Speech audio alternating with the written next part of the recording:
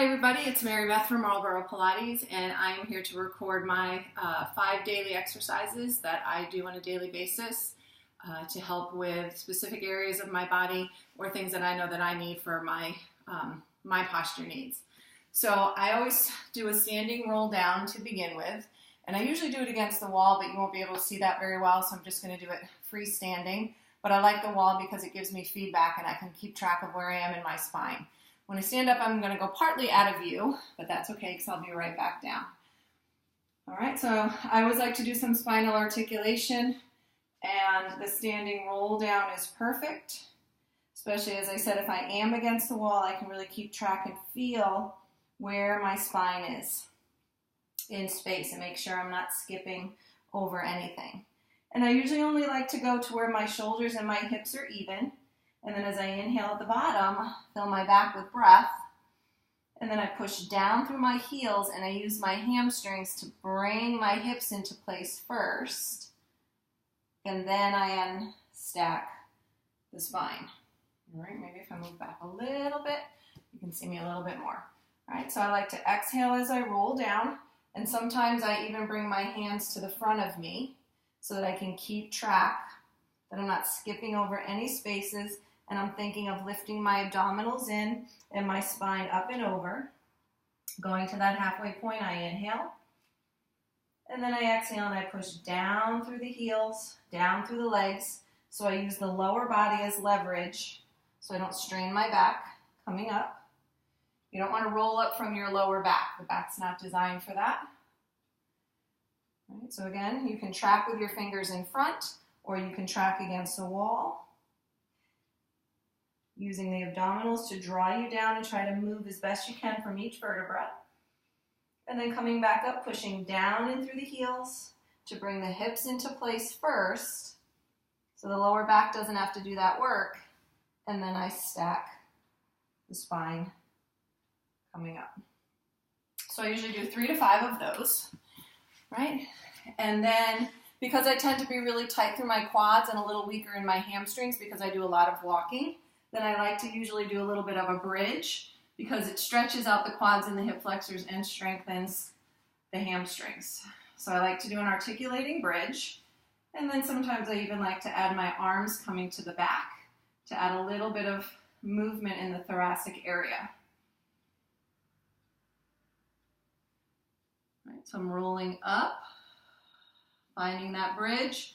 And then usually I will stay there and I'll either do marching into tabletop, because that activates my hamstrings a little bit more, or I'll extend one leg out, right? So I'm pushing down into the supporting leg, right? Pushing down into the supporting leg, right? And I do about maybe 6 or 8 repetitions of that, okay?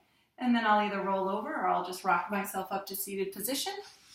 And then the next exercise I like to go into is usually a saw. So let me try it from this view first. And I like the saw because the rotation really helps me with my tall line through my posture, but it also helps to overcome some of the tightness we can get in the back without, just doing a forward stretch, right? So I inhale, and then I exhale. I'm starting with my ear, articulating down. I really have a lot of energy in here up under my ribs, again, so I'm not straining through my back. And then I come up, I inhale up and over.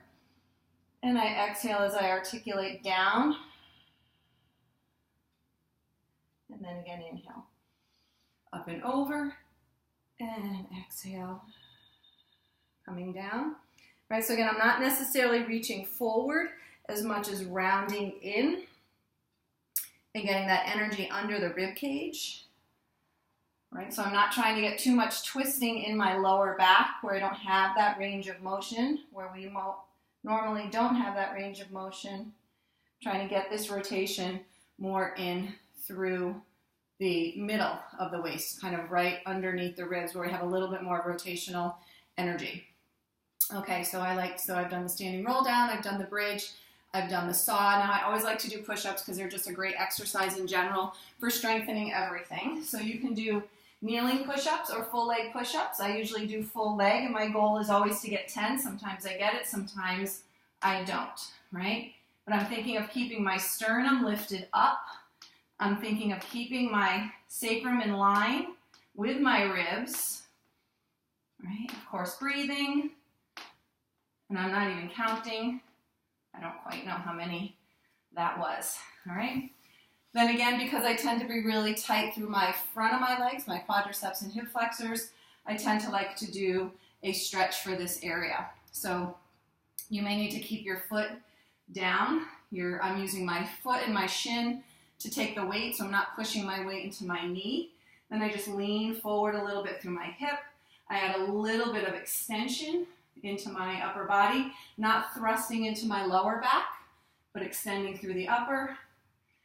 And then because even though I'm tight, I still have a pretty good, tight for me, I have a pretty good amount of flexibility. So sometimes I'll lean a little bit forward, bend the knee, my weight is on my thigh bone, not my kneecap.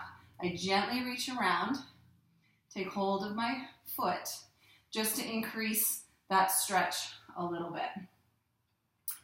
And of course I would do it on the other side. I'm not going to do it on the other side now because I forgot one more exercise that I like to do, is I like to get a little bit more thoracic extension to overcome some of the rounding. I use a lot of things in arc, a foam roller, a ball is easy, and I know a lot of you have the ball at home, so I thought I would use that here. I put it right between my shoulder blades, supporting my head, and I'm extending mostly around the sternum, right? So my head is kind of going back, but only because it's attached to the rest of me. I don't want to drop my head back and open my throat here. And then I come back up, activating my abdominals. So I go back. So I think about the sternum here, the bottom end kind of melting down toward my navel, the top end kind of melting down through my throat.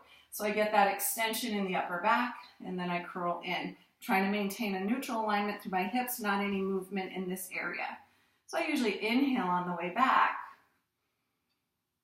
and exhale on the way up. And then I inhale again. I'm thinking of extending my thoracic vertebra over the ball, right, without hanging down through my head. And this feels really good. And again, it helps me to overcome some of the roundness in my back that I might get. Helps me to open up through my chest a little bit, stretching in through here, and I'm extending long. And I really tend to stay here for quite a bit of time, but to save time, I'm going to curl back up. And those are my daily exercises that I like to do to help me with my posture. And stay tuned for our next instructor that's coming up in the next couple of days to see what she has. Thanks.